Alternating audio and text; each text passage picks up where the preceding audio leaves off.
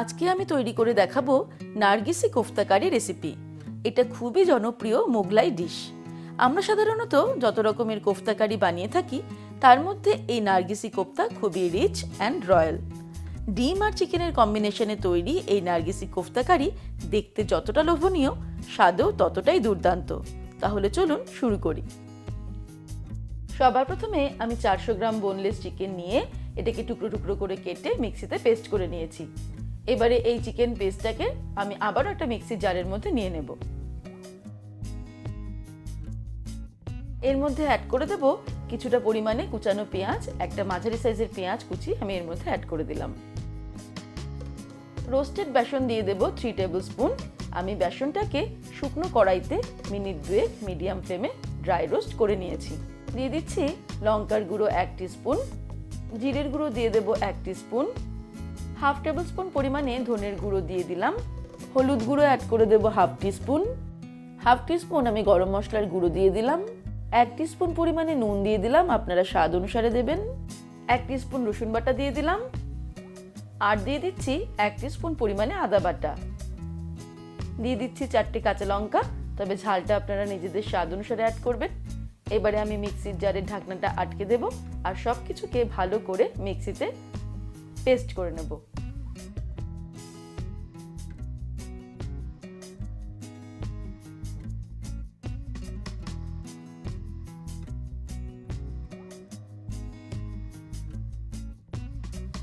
মাংসের মিশ্রণটাকে আমি পেস্ট করে নিয়েছি ভালো করে। এবার একটা বোলের মধ্যে নিয়ে নিচ্ছি।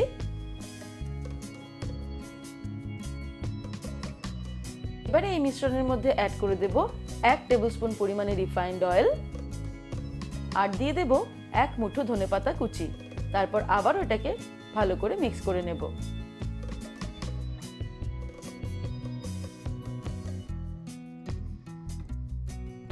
নিয়ে নিয়েছি 4টে সিদ্ধ করা ডিম কোফতা তৈরি করার জন্য, আর আমি হাতের পাতায় সামান্য তেল নিয়ে এটাকে ভালো করে মাখিয়ে নিয়ে কোফতাগুলো তৈরি করব।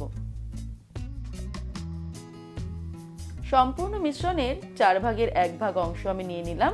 এইভাবে হাতের পাতা এটাকে স্প্রেড করে নেব।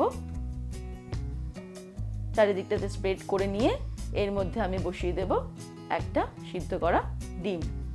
তারপর ভালো করে ডিমটাকে আমি কভার করে নেব। এই দেখুন, ঠিক এইভাবে আমি চারিদিক থেকে ডিমটাকে মুড়ে দিলাম সম্পূর্ণ।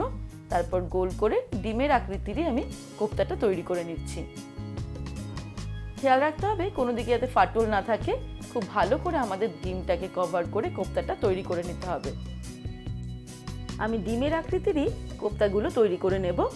এক এক করে 4টে ডিমেরই কোফতা আমি তৈরি করে নেব।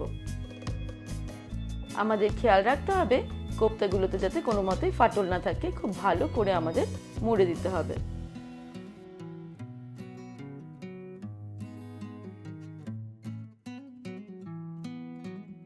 এই দেখুন, 4টে ডিম দিয়েই আমি কোফতাগুলো তৈরি করে নিয়েছি। এবারে একটা প্যান গরম করে তার মধ্যে নিয়ে নেব বেশ কিছুটা পরিমাণে এক্সট্রা লাইট অলিভ অয়েল। আপনারা চাইলে রিফাইন্ড অয়েলও নিয়ে নিতে পারেন। তেলটা ভালো মতো গরম হয়ে গেলে ফ্লেমটাকে মিডিয়ামে রেখে আমি এর মধ্যে কোফতাগুলোকে ফ্রাই করে নেব। মিডিয়াম ফ্লেমে একটু সময় নিয়ে উল্টে পাল্টে কোফতাগুলোকে ফ্রাই করে নিতে হবে। প্রায় 8-10 মিনিট সময় নিয়ে মিডিয়াম ফ্লেমে আমি কোফতাগুলোকে ফ্রাই করলাম। এগুলো এখন গোল্ডেন ব্রাউন কালার হয়ে গেছে। এটাকে এবার আমি তেল থেকে ছেঁকে তুলে নেব। 4টে কোফতাই ফ্রাই করে নেওয়ার পর আমি কোফতা ফ্রাই করার তেলটাই কড়াইতে রেখে দিয়েছি 4 টেবিল স্পুন মতো। এবার এর মধ্যে ফোড়ন দিয়ে দেব গোটা গরম মশলা, যার মধ্যে নিয়েছি এলাচ, লবঙ্গ, দালচিনি, গোলমরিচ আর জয়িত্রী।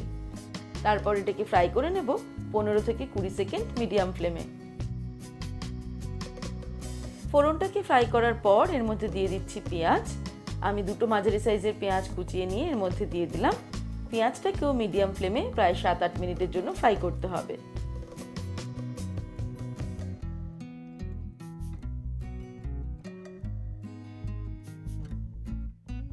7-8 মিনিট মিডিয়াম ফ্লেমে পেঁয়াজটাকে ফ্রাই করে নিলাম।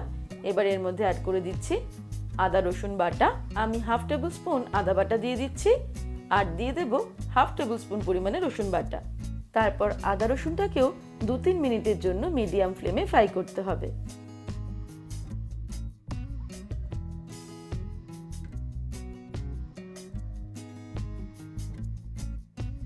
আদা রসুন ফ্রাই করার পর এবার আমি অ্যাড করে দেবো টমেটো পেস্ট। আমি 2টো টমেটোর পেস্ট তৈরি করে নিয়েছি, সেটা দিয়ে দিলাম। টমেটোটাকে ভালো করে মিক্স করে নিচ্ছি। তারপর এর মধ্যে কিছু মশলা আমি অ্যাড করব।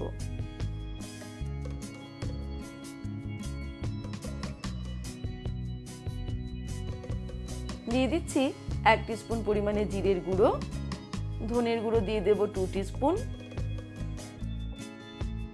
লঙ্কার গুঁড়ো দিয়ে দেবো 1 টিস্পুন, আপনারা ঝাল নিজেদের স্বাদ অনুসারে অ্যাড করবেন। কাশ্মীরি লঙ্কার গুঁড়ো দিয়ে দেবো 1 টিস্পুন, এটা কালারের জন্য। দিয়ে দেবো হলুদ গুঁড়ো 1 টিস্পুন, নুন দিয়ে দেবো 1 টিস্পুন, আপনারা স্বাদ অনুসারে অ্যাড করবেন। সব রকম মশলা আমি অ্যাড করে দিলাম। এবারে অ্যাড করে দেবো সামান্য পরিমাণে জল, যাতে আমরা মশলাটাকে ভালো মতো কষিয়ে নিতে পারি।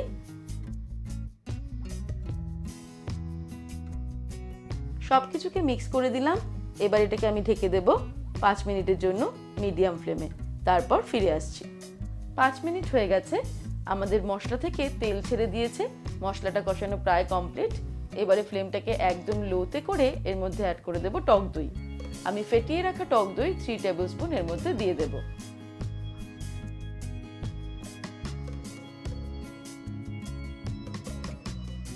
টক দইটাকে ভালো করে মিক্স করে দিলাম। তারপর আবারও এটাকে ঢেকে দিতে হবে 3 মিনিটের জন্য লো ফ্লেমে। তারপর ফিরে আসছি।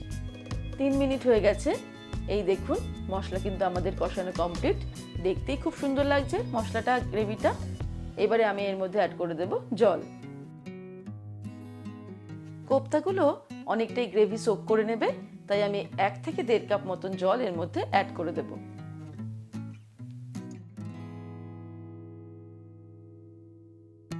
তারপর এর মধ্যে আমি ভেজে রাখা নারগিসি কোফতা অ্যাড করে দেব।